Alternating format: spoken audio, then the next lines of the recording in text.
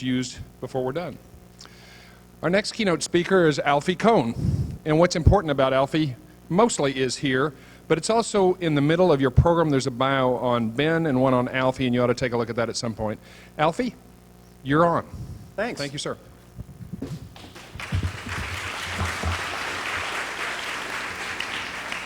Thank you so much. I just rushed over here from another conference being held on the other side of town. It's exactly a room just like this, except it's filled only with children who are addressing how to help adults who seem to be in a really bad way in our society. So it's kind of interesting seeing this perspective too. When you see the phrase child-centered these days, it is typically in the context of people complaining about how damned indulgent and permissive we are. Child-centered has become a bad thing, and that particular bias is usually connected to the assumption that we are, in fact, a child-centered culture. I found examples of people offering this complaint recently, hearkening back to the good old days when kids knew their place. And then I traced back and found articles and books saying exactly the same thing then, hearkening back another generation, and so on almost indefinitely. The reality is that I think we would have trouble making a case that this is even a child-friendly society, much less a child-centered society. In the 1930s, a researcher named Harold Anderson wrote, "I think as a culture we have not yet learned to like children." How much have things changed since then, and in what direction becomes an interesting question. Just 2 years ago, the late Elizabeth Young Broyle wrote a book called Childism, in which she referred to the, quote, huge range of anti-child social policies and individual behaviors still in place. There are the big disturbing numbers. We don't need to rehearse in great detail. You already know about them, but they have to be mentioned. The extraordinary extent of child poverty in the United States, by customary definition, some 16 million children. In the state of Washington, it's 300,000, where the families often have to choose between having enough for everyone to eat and paying the rent. And there are other, the extent to which the United States, almost alone among industrialized societies, often tries juveniles as adults, sentences children to life in prison. Ben put up a slide before about the United Nations Convention on the Status of Children. Remember, it had paragraphs about play being a right. That convention and its precepts were ratified by just about every country in the world, 140 so, except for two, Somalia and the United States. This really puts in sharp perspective what it is that we face in this country. You know, we don't even have to look at the big and disturbing numbers having to do with things like child poverty. We can just get a sense of how grown-ups look at kids on a regular basis, where we think they're cute, and yet we don't take them seriously. There's this sense in which, well, we love our own kids, but we often have little patience with everyone else's. I was on a flight a few years ago, and when the plane landed and pulled over to the gate, the little ding signaled that we were now free to remove our sofas and pianos and so on from the overhead compartments. And the guy sitting next to me leaned up ahead to the man sitting with his son, the row ahead of him, and said, "Your son was so good on this flight. I just wanted to tell you that." And I think right then I had this little ding moment of my own, as I realized that the word good, when applied to you or me, might mean honorable or ethical or something, or compassionate, But when applied to children, it means not a pain in the ass to me. That's what it means to be a good child, based on the idea of a good infant, one who sleeps a lot and doesn't cry, doesn't keep us up too much. And the vast majority of books available to parents and seminars, resources on parenting, as indeed classroom management resources, are basically oriented to the goal of compliance. Not how do we help kids act on their capacity to be critical thinkers and creative and caring people, but how do we get them to do what we want? And when I walk into a school, or even when I'm in a family, I sometimes imagine that we could dichotomize this in terms of what the central question is hanging in the air.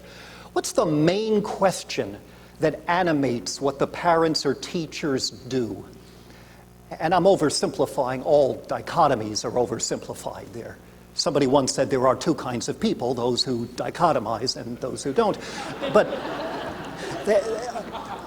one of the questions that one might imagine that drives, I think, a lot of parents and teachers is basically, how do we get kids to do what we tell them? It is the unusual family or classroom where the question animating the activity is, what do these children need? And how can we meet those needs? It almost doesn't even matter what answer you provide to those respective questions, namely how you think you can get compliance or what you think the kids need. What matters more is which of those questions predominates. And I'm sad to say that I think part of what our charge is here, what this lovely day and hopefully what follows from this one lovely day will flesh out, is the question of how we can reorient thinking toward making sure we're asking questions more about kids' needs. Public Agenda, which is a public sampling, public opinion organization, did 2 surveys, which they called Kids These Days, and the reaction was basically just questions about how American adults see children. And it couldn't be a sharper contrast with what Ben described as the Italian sensibility. What was found was, quote, a stunning level of antagonism, not just toward teenagers, but toward young children as well. Substantial majorities of Americans who were polled disapprove of kids of all ages. They're rude, they're lazy, they're irresponsible, they're lacking in basic values.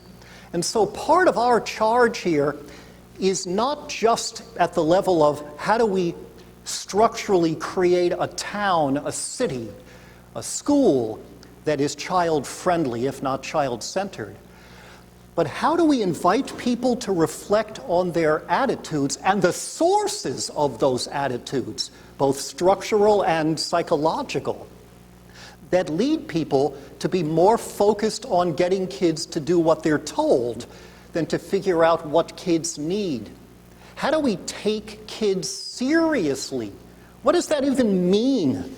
And I work with parents and teachers to think about how kids are people whose needs and feelings and perspectives are something that matters. Even if you can't always accommodate a child's preferences, you can at least listen carefully and not dismiss them. To see children as people whose points of view are distinctive and significant. From a micro point of view of an individual adult, few acts are as powerful as imagining what things look like from a kid's point of view. And I don't just mean spatially, though that's important, like I need a step stool or these chairs are too big, but I mean, how would a kid see this? I've got friends coming over with my 2 young kids. The instant concern is, are my kids going to be well behaved? What will my friends think of my kids? And by extension, of me as the parent. That's why parents become more controlling in public, according to good research, because now it's not about what led my child to melt down like this, but what will everybody else, even complete strangers, think of my ability to control my child? Because in America, parents are universally faulted for under-controlling, rarely for over-controlling. You have to beat a child in public in order to elicit condemnation in that direction. And so what if instead, when I had a couple of friends coming over, I got in the habit of imagining, I wonder how my friends will look and seem to my kids. What does it look like from the child's point of view? Is a social as well as an individual shift. So many people who advise parents and teachers don't seem to respect or even particularly like kids. And that's the advice we continue to get. We're the only alternative to physically hurting children in the name of discipline is to make them suffer in other ways. Don't spank, give them a timeout. In other words, turn off your love temporarily or make kids separate from you when they need you most. Those are your choices, punishment A or punishment B. Or instead of punishing kids, we should reward them. In other words, control them with sugar-coated control. Do this and you'll get that is just as much about control as do this or here's what I'm going to do to you. And so we end up choosing between bribes and threats, which are two variations on doing to, as opposed to working with, as we had those terms laid out for us earlier today. It's a big shift. You remember Chaim Ginott with his book many years ago called Between Parent and Child? Ginott had a great little anecdote, a little vignette there, where he imagines a kid who starts to walk out without her raincoat, leading the parent as usual, not to take the child's perspective, but to just start going after the kid. What did you forget? Again. How many times do I have to tell you to make sure you have everything you need with you? You would forget your own hat if it wasn't attached. You know, someday I'm not going to be around to bring it. And then he says, contrast that with you have a friend visiting who starts to walk out without her umbrella. What do you say? Don't forget your umbrella. We think nothing of the humiliation and so on, of talking about kids in disrespectful ways to other people. Oh, just ignore her when she gets like that. She's just being a prima donna. Or the way we talk to children, interrupting them at will when we wouldn't allow them to interrupt us.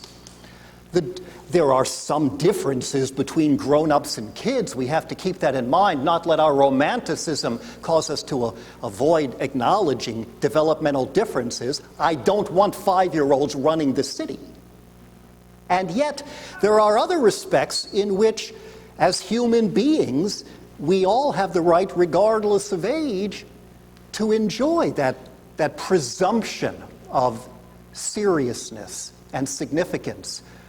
What are you crying about that for? Every little thing he gets worked up, you know? It's not worth it. What shaped pasta we're having for dinner, you know? But the reality is I get worked up about some things that on reflection seem pretty embarrassing even to me and would seem perplexing to a child. You know, and to some extent we need to honor their tears as we do the things that give them pleasure. To take kids seriously is very different from the habit we are encouraged, even by authorities in the field, to adopt. The very idea of treating children without respect seems almost a strange way of putting things, as if it were a category error. No, respect, that's what kids have to show to grown-ups. the idea that it might go the other way around seems odd to us. And as a result, we end up controlling children in various ways.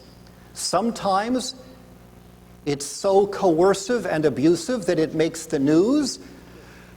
The appalling thing to me is not that a football player whipped his son, but the avalanche of responses in online forums and letters to the editor from parents in the year 2014 continuing to defend as necessary and appropriate using physical violence on children in order to teach them a lesson. And of course it does teach them a lesson. And the lesson is when you're bigger and more powerful than other people, you hurt them in order to get them to do what you want. Some kids have learned that lesson and apply it that very afternoon after being spanked with children who are younger than they are.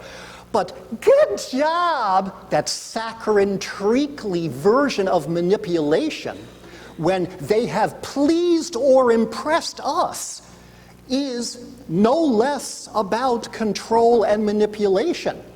Praise is not the opposite of punishment. They're on the same doing-to continuum. And that's why you find that people who take kids seriously, treat them with respect and love, don't tend to praise children much, because praise communicates the idea that you are accepted and acknowledged and attended to only when you've jumped through my hoops and proved yourself to be in some way impressive. The people who are helping us, the therapists and counselors, the authors, the theorists who take kids seriously, are not telling us to reward instead of punish or to praise kids more. They're shifting us from conditional acceptance of children, I like you and approve of what you do, toward unconditional support. I love you for who you are. I love you and will express pride in you even when you screw up or fall short. Maybe mostly then, because that's when you need the support. The people to whom I look for guidance, who have thought about young children seriously and spent loads of time with them, are the people who are not giving us slightly more palatable tricks for getting kids to comply, but are helping us move from doing to working with. And part of working with means giving kids more say about their lives. In a way, that notion is implicit in much of what you've heard this morning. I want to make it explicit. A 15-year-old has more opportunity and experience to make more complicated decisions about her life than a 5-year-old. But even a 5-year-old should have the right to make choices. In fact, maybe our default should be people get to decide what happens to them, except when there's a compelling reason to deny them that opportunity. Start with people of any age. I mean, not like 15-year-olds in this society get a lot of choice either. The average American high school is excellent preparation for the real world if you happen to live in a totalitarian country. The reality is that high schoolers typically have less to say about what they do all day in school than kindergartners, even though they have another 10 years of experience. But I'm proposing to you that it's not just about letting the little kid pick between the dinosaur placemat and the whale placemat for lunch. That if you're not giving kids chances to make choices that could make you a little uncomfortable, then you're not giving them meaningful choices. And I make this case, and could continue at some length, to talk about how I think this plays out at home, at school, and elsewhere, for two reasons. One is a moral conviction that human beings of any age ought to have a great deal to say about what happens in their lives. and be controlled as little as possible, and for practical reasons, which I can summarize in one sentence. Kids learn how to make good decisions by making decisions, not by following directions. And the more focused we are on finding slightly less obnoxious ways to get kids to follow directions, the more focused we are on what kids need and deserve, the more we can help them to build a democratic society that we currently do not have, as well as helping them to live in a more democratic culture right now. Which leads me to one last point. One last element that we need to overcome, I think, to take kids seriously, and that is to move beyond a phenomenon I have come to call BGUTI, which is an acronym, not a particularly euphonious one, BGUTI, which stands for Better Get Used to It. This notion drives more of our educational policy and parenting than we care to acknowledge. And the premise here is simply this. People are going to do bad things to you that will make you unhappy when you're older. And the best way to prepare you is to start doing bad things to you right now. That's why we give little kids grades in school, starting in kindergarten or first grade, even though there's absolutely no possible justification for it. The research shows that grades, letter and number grades, don't make sense at any age. What they do mostly, kids who are led to focus on getting a good report card tend to lose interest in learning, choose the easiest possible task when given a choice, not because they're lazy, but because they're rational, and to think in a more superficial fashion. Maybe you think you can justify it in high school, but no college gives a crap what kids do before 9th grade. So the only possible justification for grading children before they're in high school is BGUTI. We're going to start smacking you around in high school and making you lose interest in learning. You better get toughened up for it right now. The same is true for homework. No research has ever found any benefit to any kind of homework until kids are in high school. And even there, it's a really dubious connection. Why do we make children work what amounts to a second shift of academics when they come home from a full day in school? Where's the rationale to support it? No research shows that it has benefits of character, work habits, self-discipline, independence, responsibility. I would call that an urban myth, except that the suburbs seem to really go for this too. Why do we do this? What's the purpose of it? And why do we persist in doing it despite evidence to the contrary? And the only answer I hear is a version of BGUTI. Where they're going to get a lot of homework in high school, why not start destroying their love of learning right now? The same thing is true of standardized tests or competition and so on, or a general phenomenon by which we think about parenting kids that basically says we have to beware of hovering too close. The big scandal, the epidemic is helicopter parents who are too protective and so on. The assumption is that kids have to learn what life is like now. Exactly this rationale was used not very long ago to justify letting kids get bullied rather than having overprotective parents come in and protect kids from the bullies. It's a rite of passage. And now most of us look with some horror at that idea as we begin to understand the lifelong psychological costs of bullying. But the same basic rationale for letting the bullies have their way, boys will be boys, continues to play out in so many other respects with parents and kids. So our task is to change structures in our schools and society in order to make sure that we don't use that sad, ludicrous rationale of Bagudi that reminds me of a Monty Python sketch called Getting Hit on the Head Lessons. Did you ever see this one? The guy walks in the room, bang, ow! No, don't say ow. Tilt your head like this, say why instead. Try it again. Ah, better. Why are you hitting me on the head? Because it's excellent preparation for being hit on the head later in life. Hence, homework, standardized tests, grades, competition, and really bad parenting.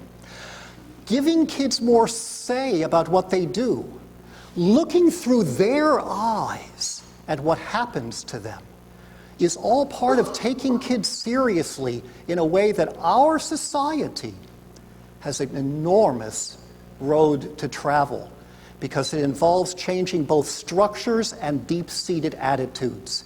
And hopefully out of this wonderful morning will come the conviction to make those changes and to invite people around us as well as ourselves to think about the more uncomfortable and difficult aspects of moving in this direction that go beyond just paying lip service to kids need more chances to play and we need to celebrate how lovely it is to be small. But to say if we take them seriously and treat them with respect, what beliefs, what ideologies, as well as what structures in our culture will have to come in for close examination. Thanks.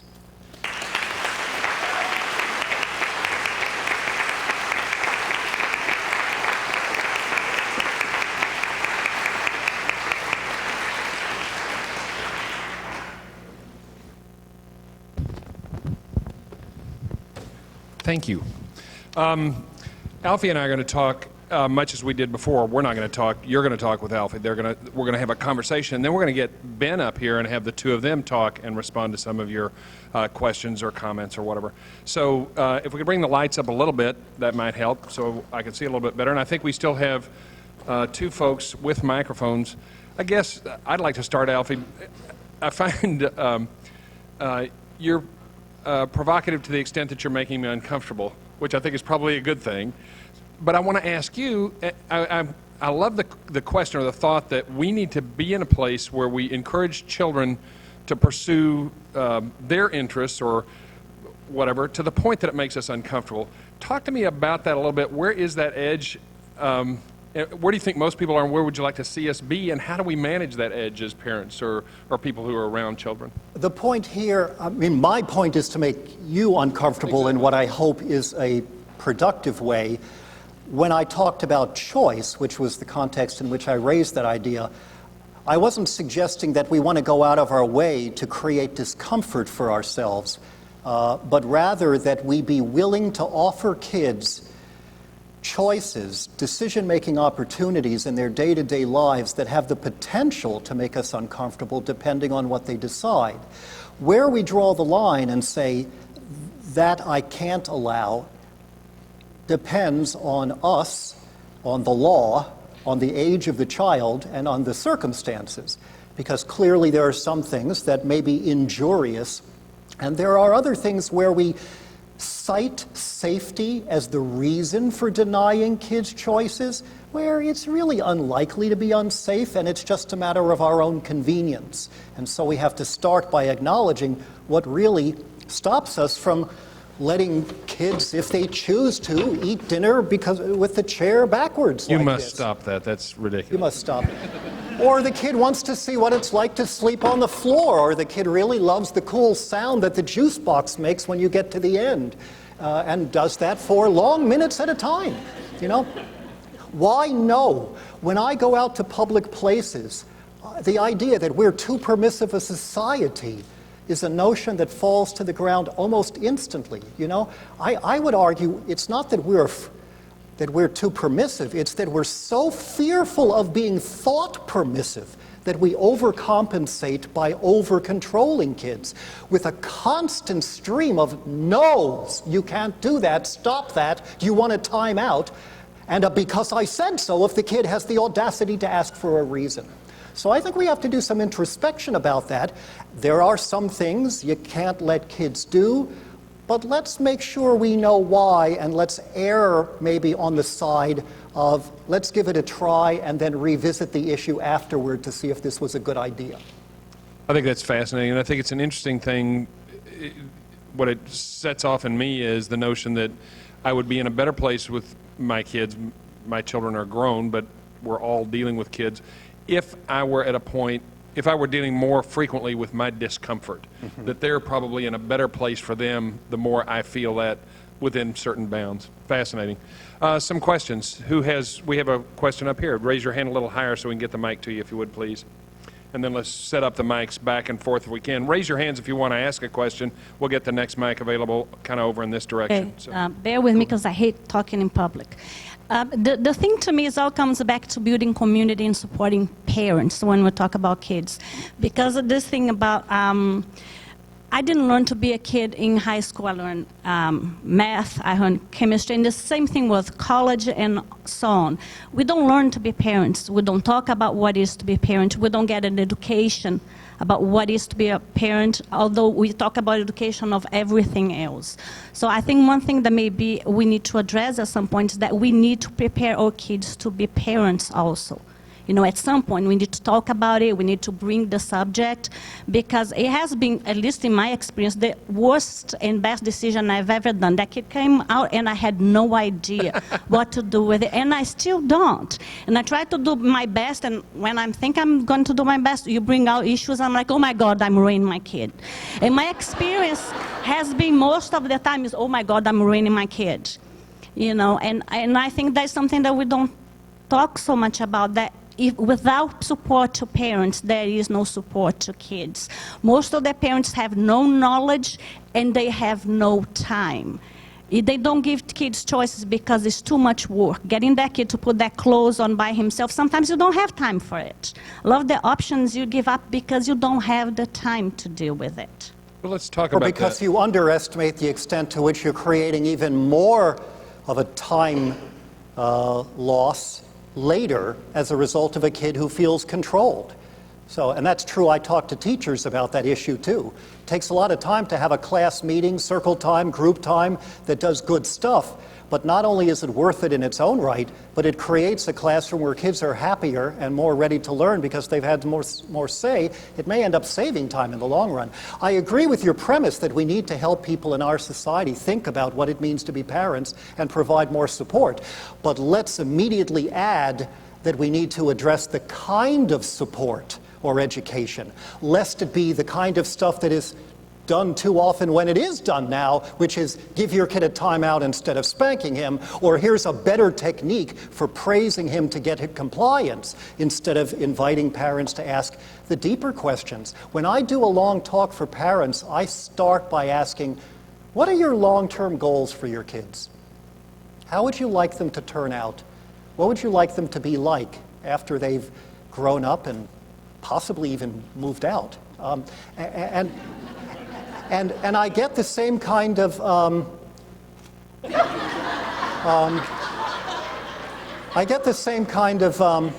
answers everywhere I go, which is interesting, because then what I do for a living with both teachers and parents is to say to them, you say you want this, so how come you're doing that?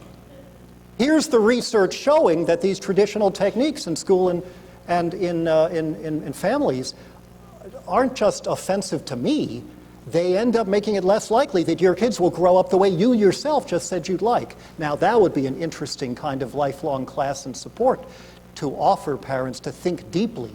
Not just how do I get compliance, but why is compliance so damn important to me? I want to dig in on that one just a bit. So she said something that touched me because I think I feel that way. Maybe others of you feel that way. I didn't have a class in parenting. I was winging it in a big way. So how do we learn to be parents in America, and is there a better way to learn to be parents in America? How do we learn? The main way we learn is by having been parented, which is to say that we unthinkingly reproduce what our parents did to us, to the point that we sometimes say, how did my mom get in my larynx like this? And there are some people where you stop them and say, why do this with a child? And the answer is, well, that's just how I was raised. which closes the discussion when it should open it. The question should be, what aspects of the things our parents did do we think made sense enough to carry them forward, and which ones do we want to leave behind, as opposed to just being... So that's where, and then we get advice from syndicated columnists and parenting magazines and our mothers-in-law and people on the street and so on. How should we do it? Boy, that would be a great conference in its own right, to talk about alternative strategies at a community level for providing parents with not just financial support, not just even emotional support, but with opportunities to engage with the deepest questions about what it means to be a good parent. How do we reach the parents? The people who come to my lectures are the self-selected folks who probably need this least. How do we reach out to the folks who might not come and for whom it might be most unsettling, if not terrifying, to deeply question their assumptions about a child's role and about their own childhoods?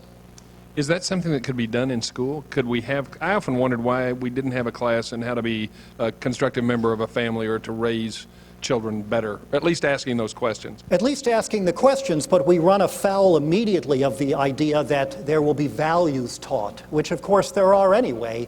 But here the question would be, how dare you teach kids to question, or that there's something wrong with punishment of all kinds, let alone with corporal punishment. And pretty soon you would end up with only a curriculum on which everyone can agree, like how to put the diaper on correctly. And so that's an interesting and challenging question. Let me get to your questions. We have one here. Come right back to you. Let me get a mic to you, if I may. He has a mic now. Let's go ahead and hear your question. Okay. Can we get her a mic?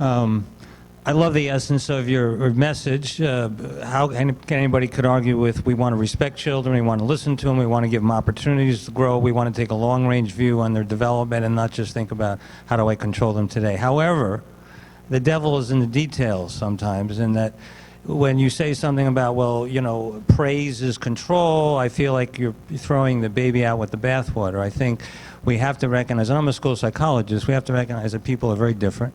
And people have very different needs, and as children grow, some need more explicit parameters for their behavior. We have to make it more explicit of what our expectations is. Some children, you can say, go and do whatever you want, because you recognize that they have a certain amount of self-awareness, self-control, that they can be safe and they can grow largely on their own with our support and encouragement and resources. But there are a lot of children who do need more explicit control because they are lacking in the ability to give it to themselves. We need to be explicit about rewards and punishments. We need to have them go to a timeout to chill and relax and think about what they've done. Not as a punishment, but like sometimes you need to go back into yourself and go to a place and think about what you've done and calm down. So do you feel like I feel like sometimes your message, while great, is not necessarily applying to every situation, and we can be misguiding people somewhat and saying, you know, you got to do all these things, and they go, but now my kid is tearing up the place and I can't control him and he doesn't care what I say, et cetera, et cetera. Not that that's a lack of, that's poor parenting. I understand. The devil is in the details is a half-true cliche, like most cliches. My concern is with people who focus so much on getting the details right that they fail to look at the underlying big picture premises, for example, which you finally made explicit toward the end, which is that some kids need explicit control, with which I disagree. I do agree that kids are different and need a variety of different responses. But my sense, based on a fair amount of research as well as experience, is that control serves no one's interest, least of those the kids who are out of control. In other words, the question becomes, which working with strategy would be most appropriate for these kids based on their needs and backgrounds, not which kids do we treat like pets because they're such a handful. So punishments and rewards, according to my reading of the research, are powerfully counterproductive across the board.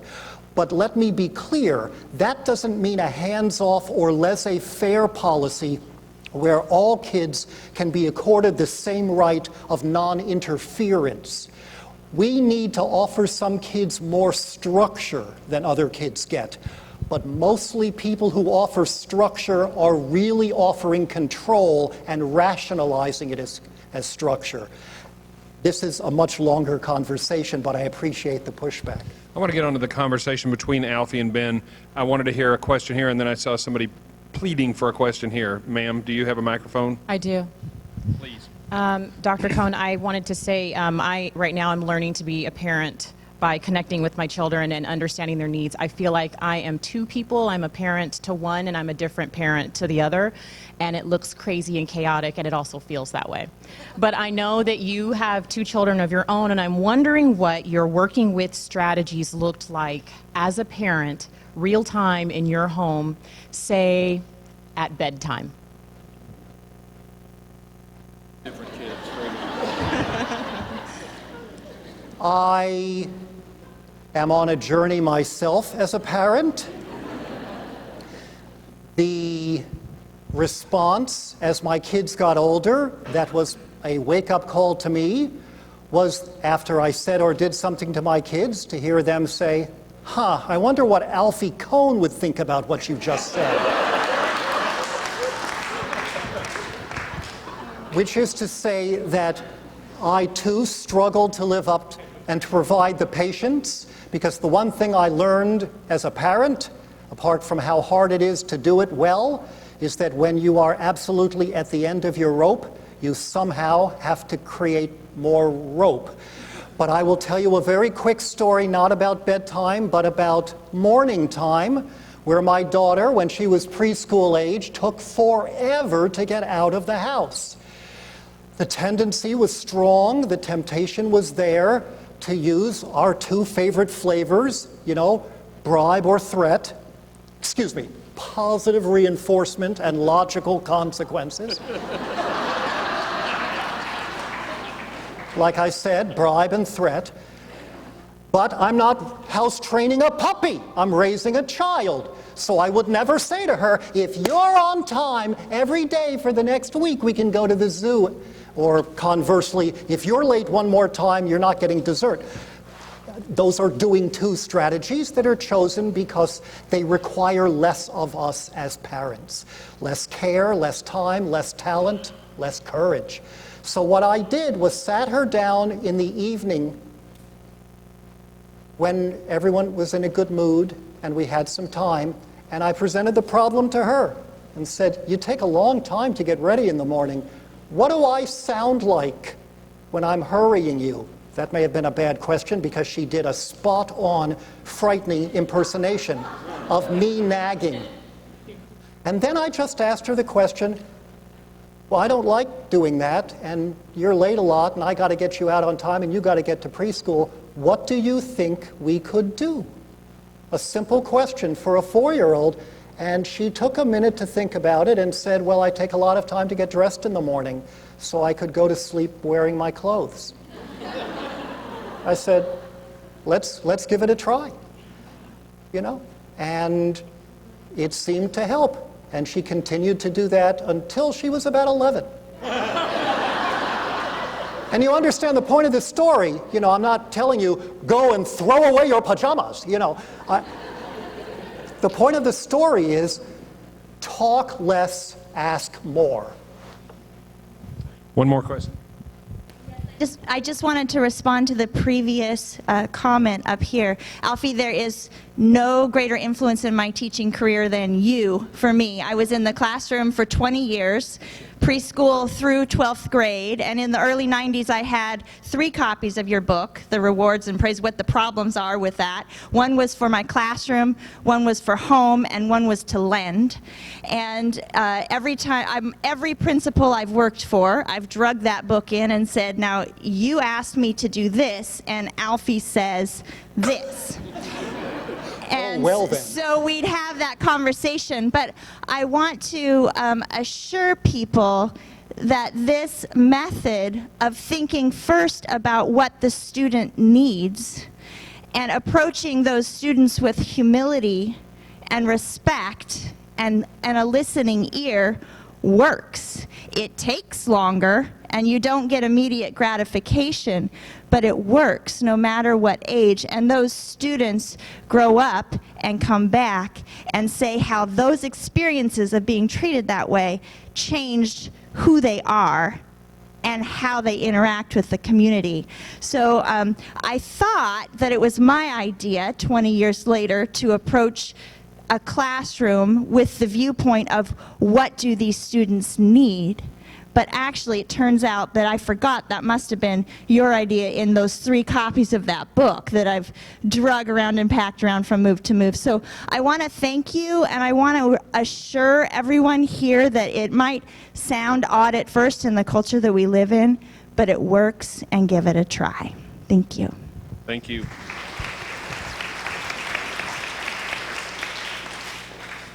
You're not going to reward her for that, are you? Can I get Ben up here, please? And let's continue the conversation.